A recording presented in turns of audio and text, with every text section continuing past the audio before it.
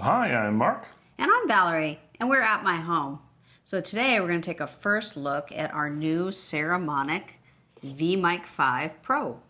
That's Pro. That's a really cool microphone that Saramonic sent us to review. All right, so here it is. Look at this. Look at the size of this thing.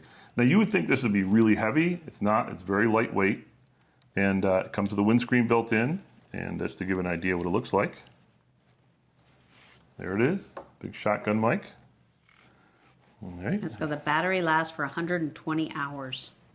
It's a long time for a battery to last. And then there's a battery in here. And the base here is a hot shoe mount, so you can actually put this on your camera. So mount on your camera. Comes with a headphone jack, in case your camera doesn't have it. And, of course, a connection to hook it up to your camera. And then in the back, there's a set of controls that do frequency bypasses and output boost. So we'll explain that in the full review, but it's pretty neat. So you have a lot of capabilities here. And it comes with a dead cat.